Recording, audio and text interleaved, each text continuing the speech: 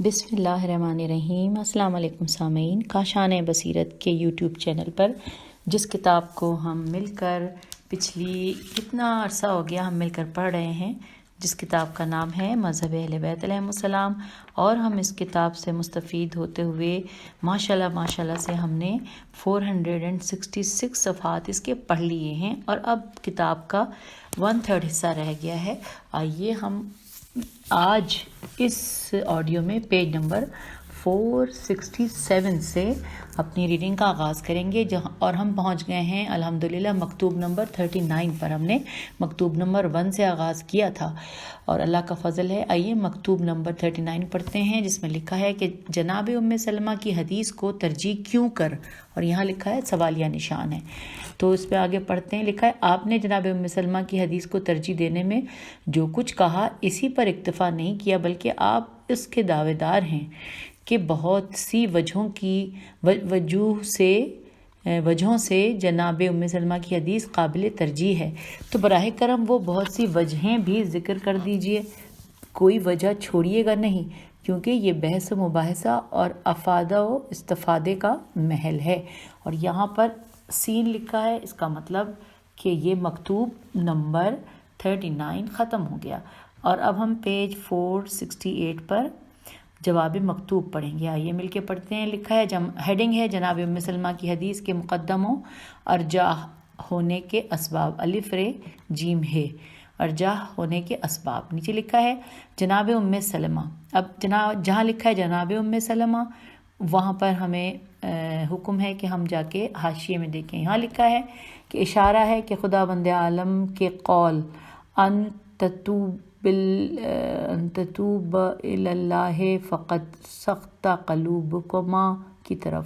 میں غلط پڑھ سکتی ہوں، مجھے کچھ اندازہ نہیں، کیونکہ اس میں کوئی بھی نہیں لکھا ہوا ہے ایسا زیر زبر پیش۔ جی اب ہم پڑھ رہے ہیں، دوبارہ سے شروع کرتے ہیں کہ جناب ام سلمہ کے کج ہو جانے پر قرآن نے نص کی ہے، انہیں کلام مجید میں توبہ کرنے کا حکم نہیں دیا گیا، نبی صلی اللہ علیہ وآلہ وسلم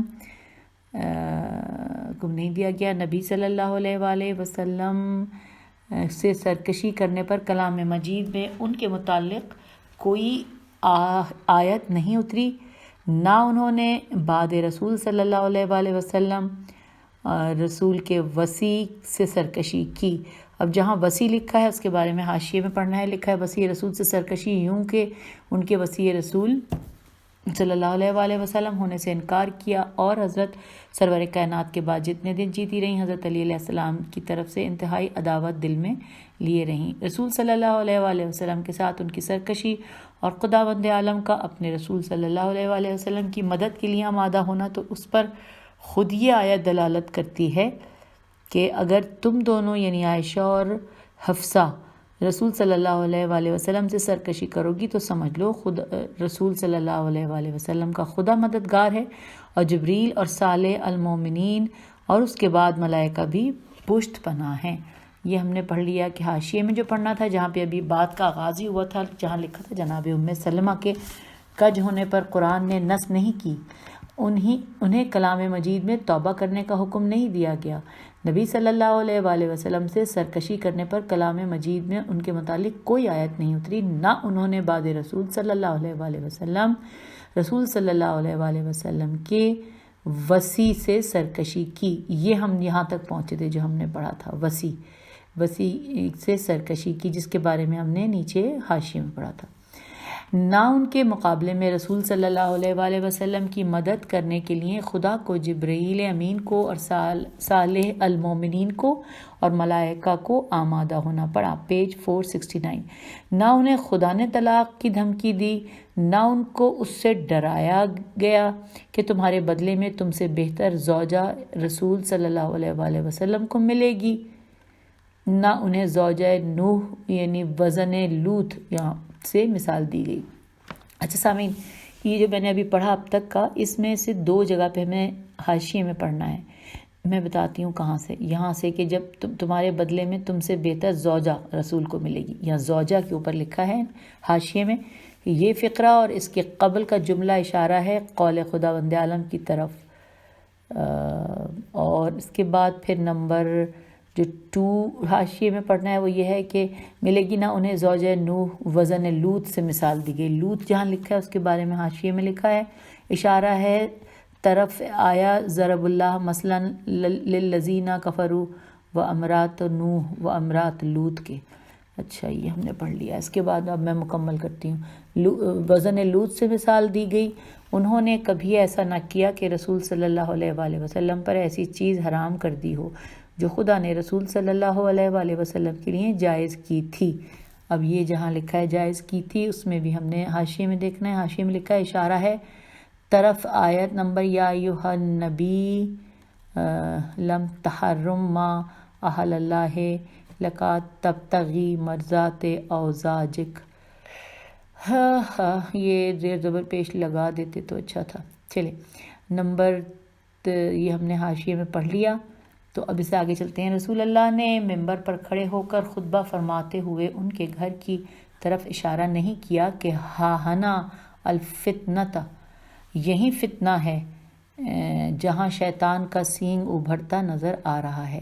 اب یہاں جہاں لکھا ہے نا ابھرتا نظر آ رہا ہے اس میں پھر ہمیں جا کے حاشیے میں پڑھنا ہے. حاشیے میں لکھا ہے کہ اس حدیث کو بخاری نے باب ما جاء فی بیوت ازواج النبی کتاب الجہاد و السیر صحیح بخاری جلد نمبر 2 صفحہ نمبر 125 پر درج کیا ہے اور صحیح مسلم کی عبارت یہ ہے.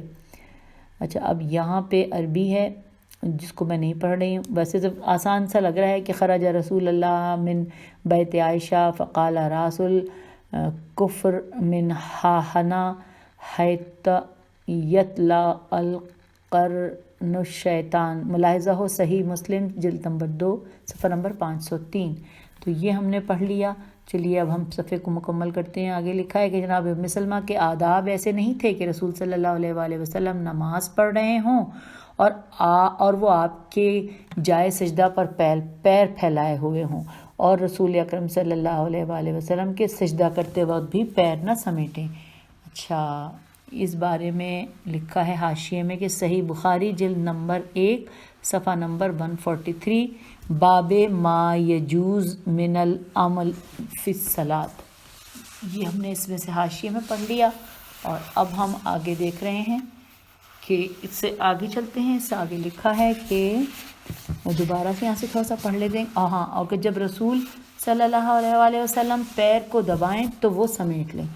پھر جب رسول صلی اللہ علیہ وآلہ وسلم سجدے کر کے کھڑے ہو جائیں تو دوبارہ پھر اسی طرح پیر پھیلا دیں اور اسی طرح پوری نماز میں یہی حرکت کرتی رہی.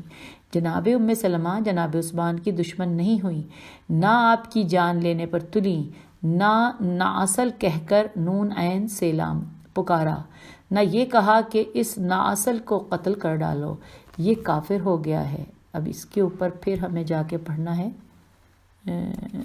انہوں نے کہا ہے کہ یہ ہم پڑھیں، نہیں ایک منٹ، پیر نہ سمیٹیں تو پڑھ لیا نا. صحیح بخاری جلد 1 صفحہ نمبر 143 باب مایو. اچھا جی اب اس کے بعد اب ہم دوبارہ سے یہاں سے پڑھتے ہیں. جناب ام سلمہ جناب عثمان کی دشمن نہیں ہوئی، نہ آپ کی جان لینے پر تلی، نہ ناصل کہہ کر پکارا، نہ یہ کہا کہ اس ناصل کو قتل کر ڈالو، یہ کافر ہو گیا ہے. اب اس بات کو ہم نے پڑھنا ہے. حاشیے میں لکھا ہے جناب عائشہ کا قولاً فعلاً حضرت عثمان کے خلاف جذبہ تنفر، اظہار عداوت و بغض و عناد اور ان کا کہنا کہ اس ناصل کو قتل کر ڈالو یہ کافر ہو گیا ہے ایسی مشہور بات ہے جس کے ذکر سے تاریخ کی کوئی کتاب جس میں عہد حضرت عثمان کے حالات و حوادث کا ذکر ہے خالی نہ ملے گی. صرف تاریخ ابن جریر طبری و تاریخ کامل ابن اسیر جزری کو لے لیجئے بے کم وکاست حالات پوری تفصیل سے آپ کو معلوم ہوں گے. حضرت عائشہ کے زمانے کے لوگوں نے حضرت عائشہ کی عثمان دشمنی پر انہیں سرزنش بھی کی، منہ پر برا بھلا کہا. چنانچہ تاریخ کامل ابن اسیر جزری صفحہ نمبر 8 جلد نمبر 3 واقع جمل کے حالات میں یہ اشعار موجود ہیں. اچھا اشعار کے ساتھ نیچے جو اردو لکھی ہے وہ میں پڑھتی ہوں. لکھا ہے کہ آپ ہی سے ان فسادات کی ابتدا ہوئی، آپ ہی رنگ بدلتی رہیں، آپ ہی سے ہوائیں چلیں، آپ ہی سے بارش ہوئی، آپ ہی نے خلیفے کے قتل کا حکم دیا، آپ ہی نے ہم سے کہا کہ وہ کافر ہو گئے۔ اور یہاں پہ ہم نے حاشیے میں پڑھ لیا۔ اب ہم پھر صفحے کو دیکھتے ہیں کہ جناب یہ ہم نے پڑھ لیا، ہم نے حاشیے پہ یہاں سے گئے تھے کہ لکھا تھا کہ یہ کافر ہو گیا۔ اب آگے پڑھتے ہیں، لکھا ہے جناب ام سلمہ اپنے گھر سے نہیں نکلی جس میں رہنے کی خدا نے تاکید کی تھی۔ اب اس بات کو حاشیے میں پڑھنا ہے۔ لکھا ہے جیسا کہ ارشاد باری تعالیٰ نے وقرن فی بیوتکن ولا تبرجن الجاہلیت الاولی، یعنی اپنے گھروں میں رہو اور اگلی جاہلیت کی طرح بنو ٹھنو نہیں۔ وہ اونٹ پر سوار ہو کر جناب عائشہ فوج کی کمان کرنے نکلیں، اس کا نام عسکر تھا، یا علی یہ عین لام چھوٹی ابن فیا۔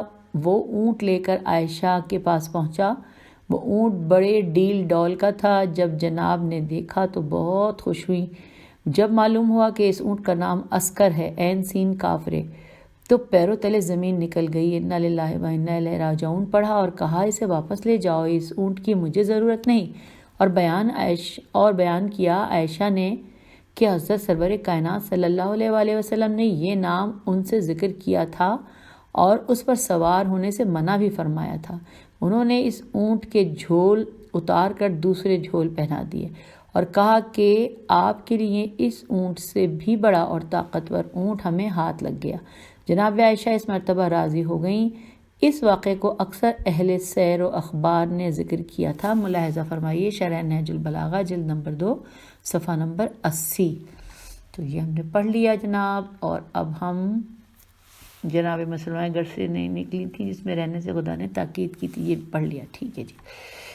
تو اب ہم پیج 471 پہ آ گئے۔ اس میں لکھا ہے کہ جناب ام سلمہ نے اونٹ پر سوار ہو کر فوج کی کمان کبھی نہیں کی، اور وہ جو کبھی وادی میں لے جا رہا ہو، کبھی پہاڑ پر چڑھ رہا ہو، یہاں تک کہ چشمہ حواب کے کتے بھونکنے لگے، اور وہ جس سے رسول صلی اللہ علیہ وآلہ وسلم نے پہلے ہی ڈرا دیا تھا، مگر ڈری نہیں، اور نہ اس لشکر گراں کی قیادت کرنے سے باز رہیں جسے امام کے مقابلے میں جمع کیا تھا۔ اچھا جی، یہ ہم نے پڑھ لیا۔ یہ ہم نے اس کو حاشیے میں دیکھنا تھا کہ جس سے رسول صلی اللہ علیہ وآلہ وسلم نے پہلے ہی ڈرا دیا تھا، اس کے بارے میں حاشیے میں دیکھنا یہ ہے کہ اس بارے میں بہت مشہور حدیث ہے، اور وہ حدیث نبوت کے علامات اور اسلام کی روشن نشانیوں میں سے ہے۔ اس حدیث کو مختصر کر کے امام احمد نے اپنی مسند جلد نمبر 6 صفحہ نمبر 52 اور 97 میں ذکر کیا ہے۔ نیز اسی طرح مختصر کر کے امام حاکم نے مستدرک جلد نمبر 3 صفحہ نمبر 120 پر بھی درج کیا ہے۔ نیز علامہ ذہبی نے بھی اس کی صحت کا اعتراف کیا ہے اور خود تلخیص مستدرک میں نقل کیا ہے۔ تو یوں ہم نے یہ پڑھ لیا کہ مگر اچھا اس کے ڈری نہیں اور اس لشکر گراں کی قیادت کرنے سے باز رہیں، اب ہم جسے امام کے مقابلے میں جمع کیا تھا۔ پیج 472 پر اب ہمیں لہٰذا جناب عائشہ کا قول کہ رسول اللہ نے میرے سینے پہ دم توڑا، ان کے اس قول سے مرتبط سمجھیے کہ رسول صلی اللہ علیہ وآلہ وسلم نے حبشیوں کو دیکھا کہ وہ مسجد میں ہتھیاروں سے کھیل رہے ہیں۔ آپ نے عائشہ سے کہا کہ کیا تم ان کا تماشا دیکھنا چاہتی ہو؟ سوالیہ نشان۔ وہ بولی ہاں۔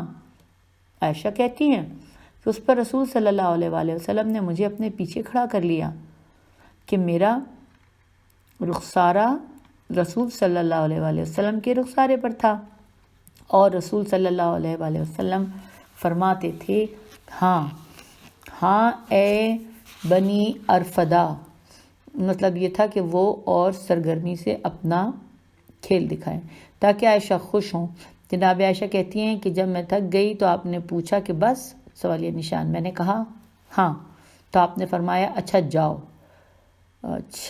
جہاں لکھا ہے اس کے بارے میں حاشیے میں لکھا ہے صحیح بخاری جلد اول صفحہ نمبر 116، کتاب العیدین، و صحیح مسلم جلد اول صفحہ نمبر 327، مسند احمد جلد نمبر 6 صفحہ نمبر 57۔ چلیے جی اب پیج پہ پڑھتے ہیں۔ تو آپ نے پوچھا کہ بس؟ تو میں نے کہا ہاں، تو آپ نے فرمایا اچھا جاؤ۔ ہاں، یہاں سے ہم نے پڑھ لیا تھا۔ چاہے ان کے اس قول سے مرتبط کیجیے، اب وہ قول نیچے ہے انورٹڈ کاما میں کہ رسول اللہ صلی اللہ علیہ وآلہ وسلم میرے پاس ایک دن آئے اور میرے پاس 2 کنیزیں گا رہی تھیں۔ رسول اکرم صلی اللہ علیہ وآلہ وسلم آ کر بستر پر لیٹ گئے۔ اس کے بعد ابو بکر آئے، انہوں نے جب دیکھا تو مجھے جھڑکا اور کہا کہ رسول صلی اللہ علیہ وآلہ وسلم کے پاس اور شیطان کی بانسری، سوالیہ نشان اور انورٹڈ کاما کلوز۔ جب عائشہ کہتی ہیں کہ رسول صلی اللہ علیہ وآلہ وسلم ابو بکر کی طرف متوجہ ہو کر بولے ان دونوں کو گانے دو، اور اس کے بارے میں حاشیے میں لکھا ہے کہ بخاری و مسلم امام احمد نے اس حدیث کی انہی صفحات اور ابواب میں روایت کی ہے جو ہم اس کے اوپر کے حاشیے میں بیان کر چکے ہیں۔ آئیے اب پڑھتے ہیں، آگے لکھا ہے، ہم پیج 473 پر ہیں۔ اور چاہے تو اس کے قول سے مرتبط سمجھیے کہ اب یہ جو ہم پڑھ رہے ہیں وہ بھی ان بریکٹ ہے کہ ایک مرتبہ، اچھا اس کے بارے میں ہم قول ابھی پڑھنے لگے ہیں، اس کے بارے میں حاشیے میں لکھا ہے مسند احمد جلد نمبر 6 صفحہ نمبر 57، یعنی وہاں بھی ہم یہ قول مل جائے گا ہمیں۔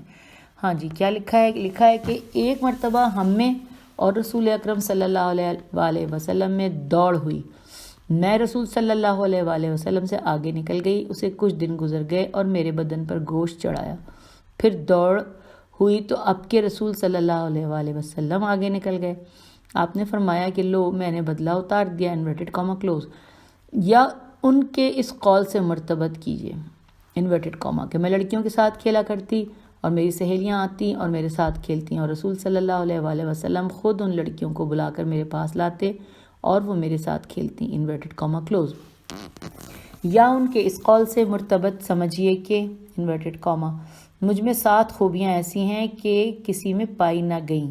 اب یہ 7 جہاں لکھا ہے اس کے بارے میں ہم نے پڑھنا ہے، حاشیے میں لکھا ہے ابن ابی شیبہ نے اس کی روایت کی ہے اور یہ حدیث کنز الاعمال میں بھی موجود ہے، ملاحظہ ہو حدیث نمبر 1017 جلد نمبر 7۔ چلیے جی اب ہم اسے پڑھ لیتے ہیں کہ اس میں ہے کیا۔ اس میں لکھا ہے کہ یا ان کے مجھ میں 7 خوبیاں ایسی ہیں کہ کسی میں پائی نہ گئیں سوا ایک کے جو جناب مریم میں تھی۔ ایک تو یہ کہ فرشتہ میری صورت میں نازل ہوا، دوسرے یہ کہ رسول صلی اللہ علیہ وآلہ وسلم کی کل ازواج میں بس میں ہی باکرہ تھی اور رسول صلی اللہ علیہ وآلہ وسلم پر وحی اتری اس حالت میں کہ میں اور وہ ایک لحاف میں تھے۔ پیج 474 پہ ہم آ گئے۔ میں رسول صلی اللہ علیہ وآلہ وسلم کی سب سے زیادہ چہیتی تھی، میری شان میں کلام مجید کی ایسی آیتیں اتری کہ قریب تھا کہ امت ان آیات میں ہلاک ہو جائے۔ میں نے جناب جبرائیل کو دیکھا اور دوسری بیویوں میں سے کسی نے نہ دیکھا۔ رسول اکرم صلی اللہ علیہ وآلہ وسلم کا انتقال میرے گھر میں ہوا، میرے سوا رسول صلی اللہ علیہ وآلہ وسلم کے پاس کوئی نہ تھا اور میں ملک، بس یہاں پہ انورٹڈ کاما کلوز ہے۔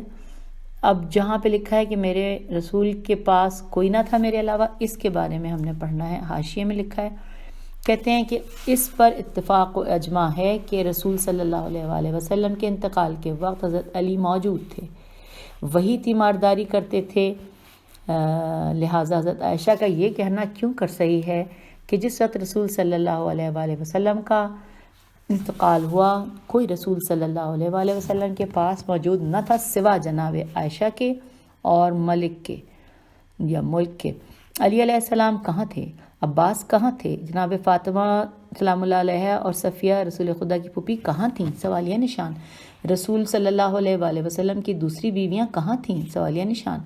بنی ہاشم سب کے سب کہاں تھے؟ سوالیہ نشان۔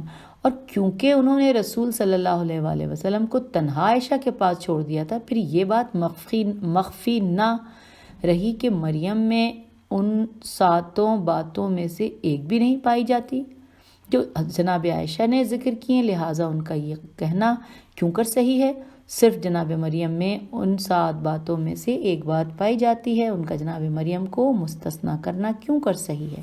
یہ ہم نے پڑھ لیا حاشیہ، اور اب ہم پڑھ رہے ہیں پیج کو دوبارہ آگے سے پڑھتے ہیں۔ لکھا ہے اسی طرح اور بہت سی حدیثیں جناب عائشہ نے بیان فرمائی ہیں جن میں اپنی مدح سرائی کی ہے اور اپنے خصوصیات کی لمبی چوڑی فہرست گنائی ہے اور سب اسی جیسی ہیں، لیکن جناب ام سلمہ تو وہ یہی کافی سمجھتی تھیں کہ وہ اپنے ولی اور پیغمبر صلی اللہ علیہ وآلہ وسلم کے وسیع سے موالات رکھتی ہیں۔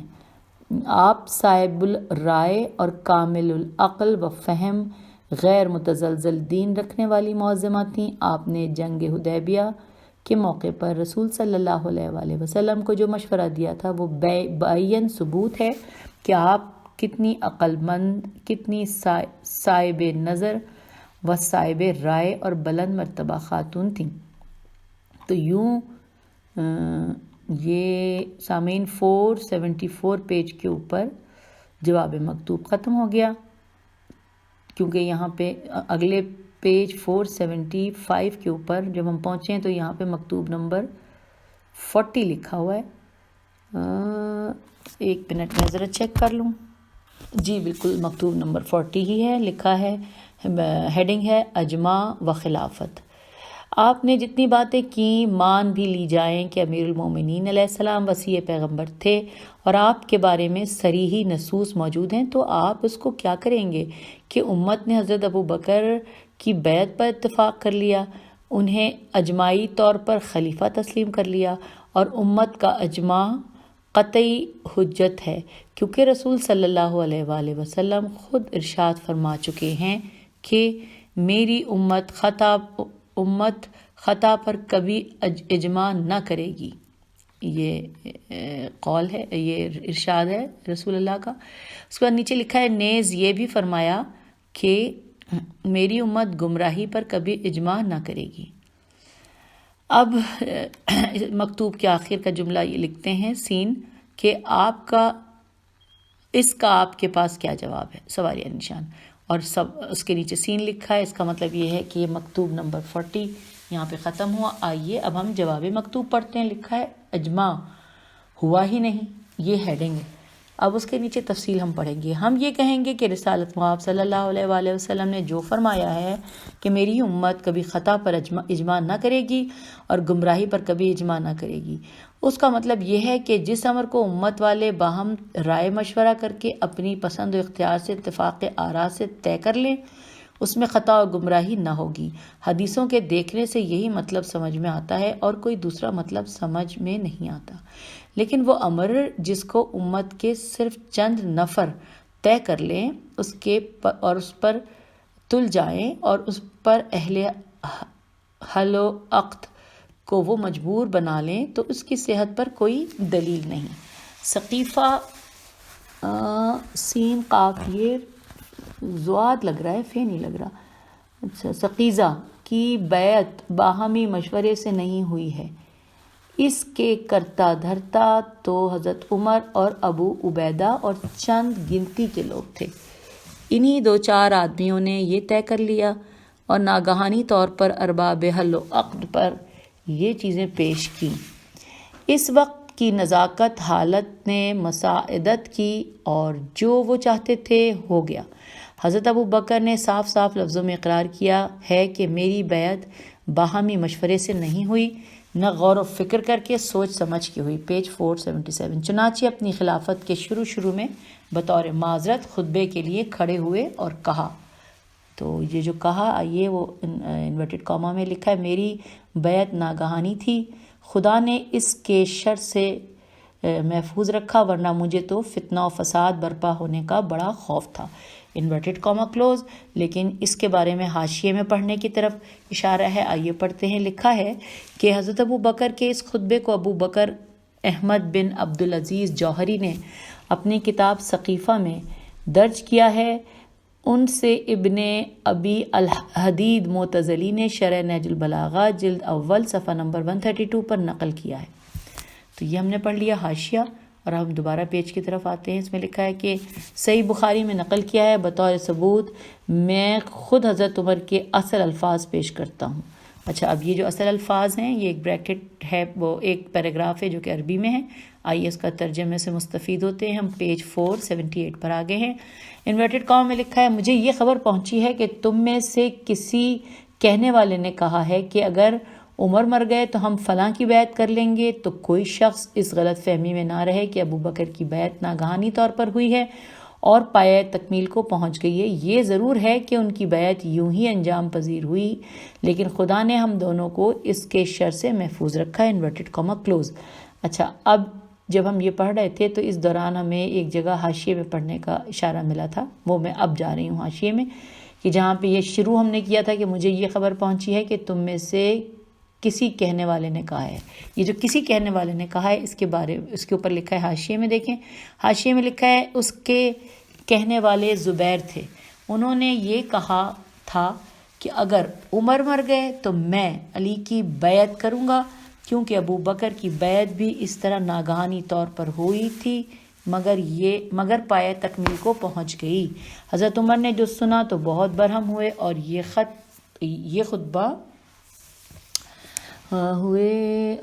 خطبہ انہوں نے فرمایا۔ بخاری کے اکثر شارحین نے اس واقعے کی تصریح کی ہے، ملاحظہ فرمائیے شرح قسطلانی صفحہ نمبر 252 جلد نمبر 11، جس میں بلازری بیلام الف زال رے چھوٹیے سے انہوں نے اس کی روایت کی ہے اور تصریح کی ہے کہ یہ روایت شیخین کے معیار پر صحیح الاسناد ہے۔ تو یہ ہم نے پڑھ لیا کہ جو اس گفتگو کے درمیان میں ہمیں کہا گیا تھا کہ کسی کہنے والے نے، تو وہ ہم نے پڑھ لیا۔ آئیے اس صفحے پہ دیکھتے ہیں آگے کیا لکھا ہے۔ آگے لکھا ہے اسی سلسلہ تقریر میں کہا، اب یہ بات پھر انورٹڈ کاما ہے، کہ جب کوئی شخص جماعت سے الگ ہو کر بغیر رائے اور مشورے کے اپنی استبدادی رائے سے ایک شخص کی بیعت کرے تو پھر ان دونوں میں کوئی امام نہ بنایا جائے، نہ وہ بیعت کرنے والا اور نہ وہ بیعت کیا جانے والا، کیونکہ اس میں دھوکہ ہے، ایسا نہ ہو دونوں مارے جائیں۔ اچھا، اب یہ بات جو ہے نہ دونوں مارے جائیں میں ہمیں جا کے حاشیے میں پڑھنا ہے کہ ہم دیکھتے ہیں کہ اس کے بارے میں مزید کیا تفصیل ہے۔ لکھا ہے کہ میں کہتا ہوں کہ حضرت عمر کے عدل کا بہت ڈھنڈورا پیٹا جاتا ہے۔ عدل کا تقاضا ہے کہ جس بات کی تکلیف دوسروں کو دی جائے اپنے لیے بھی گوارا سمجھی جانی چاہیے۔ اچھا جی، اپنے بھی گوارا سمجھی جانی چاہیے۔ جس طرح بیعت کے متعلق حضرت عمر نے دوسروں کو یہ حکم دیا ہے کہ جماعت سے الگ ہو کر اگر کوئی شخص کسی کی بیعت کرے تو ان دونوں کو چھانٹ دیا جائے اور ان میں سے کسی کو امام نہ بنایا جائے، نہ وہ بیعت کرنے والا اور نہ وہ بیعت کیا جانے والا۔ تو کاش یہی حکم حضرت عمر اپنے لیے اور اپنے ساتھی حضرت ابو بکر کے لیے بھی رکھتے۔ تو یہ ہم نے پڑھ لیا حاشیے میں جو لکھا تھا۔ تو اب آئیے، اب ہم نے یہ تو پڑھ لیا نا کہ اسی سلسلے کی تقریر کا یہ حصہ جو تھا، ٹھیک ہے، دھوکہ ایسا نہ ہو دونوں مارے جائیں، یہ پڑھ لیا ہم نے۔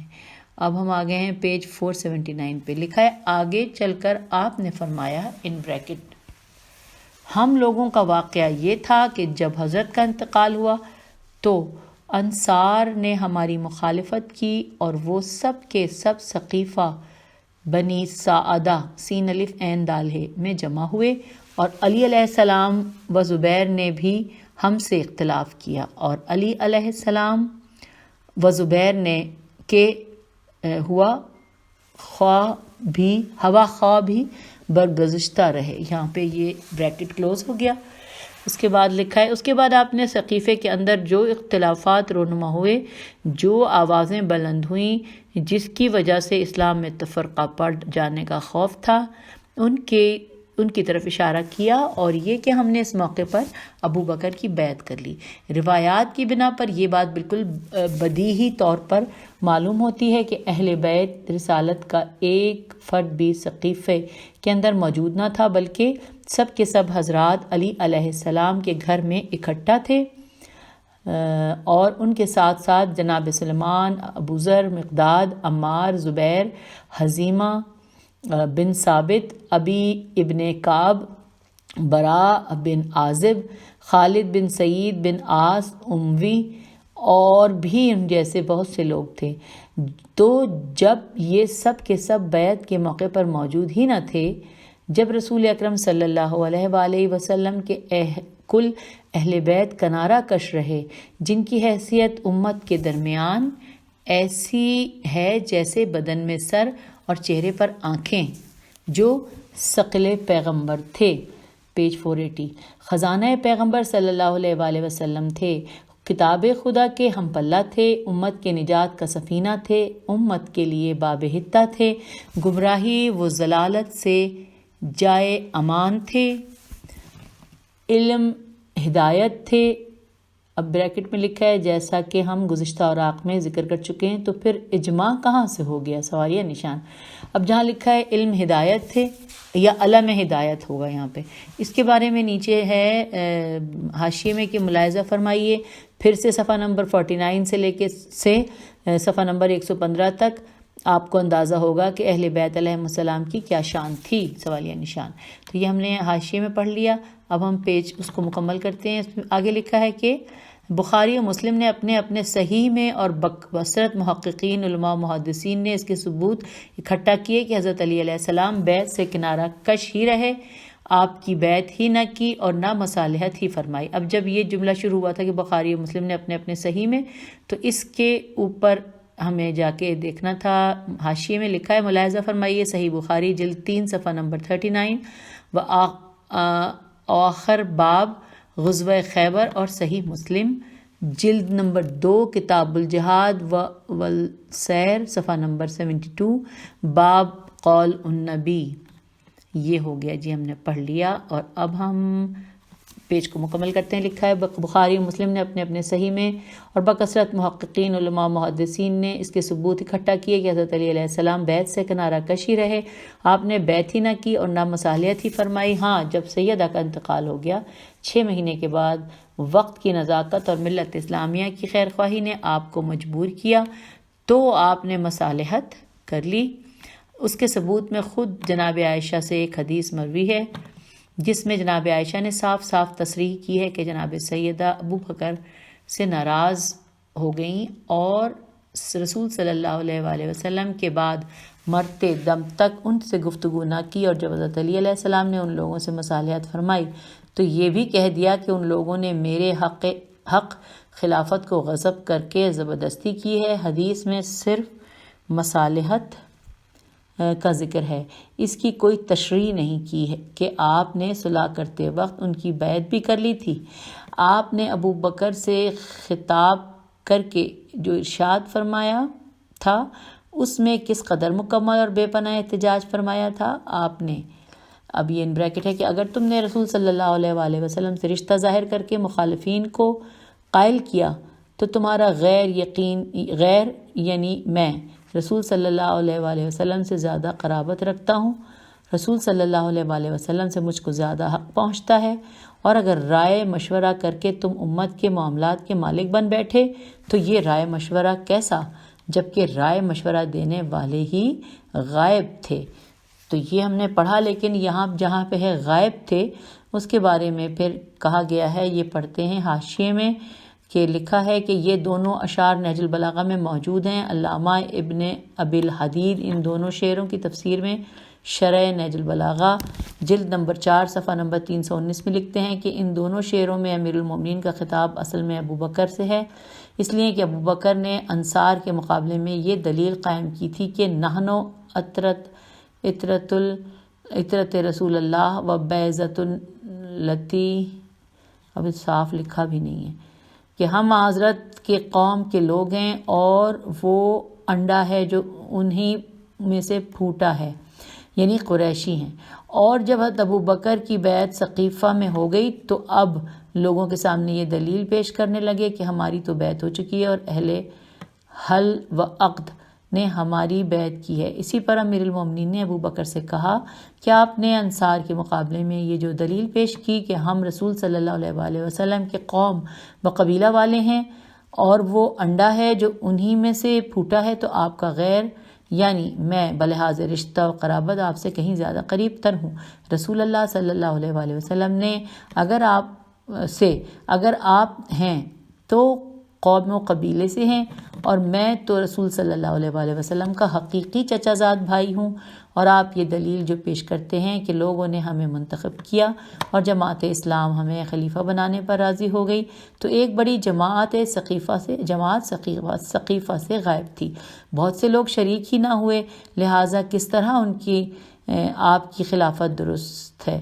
شیخ محمد عبدہ مفتی دیار مصر یہ مصریہ جنہوں نے اپنے حواشی نہج البلاغہ میں تحریر کیے ہیں، انہوں نے بھی امیر المومنین کے ان دونوں شعروں پر ابن ابی الحدید کی عبارت سے ملتا جلتا حاشیہ تحریر کیا ہے۔ تو یوں ہم نے یہ پڑھ لیا، اور اب یہ جواب مکتوب ختم ہونے والا ہے۔ آئیے اسی آڈیو میں مکمل کرتے ہیں۔ پیج 482 لکھا ہے، ایسی ہی دلیل ایک مرتبہ جناب عباس نے بمقابلہ ابو بکر پیش کی تھی، جبکہ ایک مرتبہ خلافت کی بات چیت ان دونوں کے درمیان چھڑی تو جناب عباس نے فرمایا کہ انورٹڈ کاما اگر تم نے رسول صلی اللہ علیہ وآلہ وسلم کے ذریعے سے قرابت جتا کر یہ خلافت حاصل کی ہے تو تم نے ہم لوگوں کا حق چھینا ہے، کیونکہ تم سے زیادہ ہم رسول صلی اللہ علیہ وآلہ وسلم سے قرابت رکھتے ہیں، اور اگر مومنین کے ذریعے تم نے یہ خلافت حاصل کی ہے تو مومنین میں تو ہم مقدم ہیں، اگر مومنین کے توسط سے یہ خلافت تمہیں پہنچتی ہے تو جب